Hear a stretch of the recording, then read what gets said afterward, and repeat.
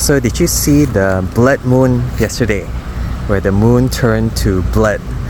One uncle was asking me about this eclipse that happened last night, and I said I tried to look for it but couldn't really see lah.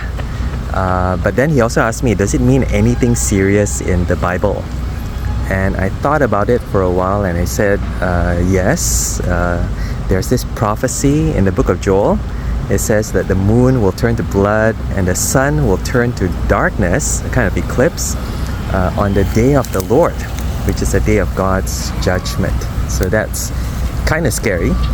But what's interesting is that in the New Testament, this is actually referred to by the Apostle Peter. This is Acts chapter 2, to point to the death of Jesus Christ on the cross.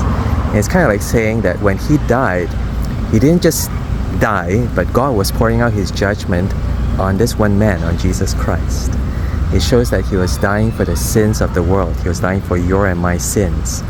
And then Peter adds the words, everyone who calls on the name of the Lord will be saved. So from a sign of judgment becomes a sign of God's salvation.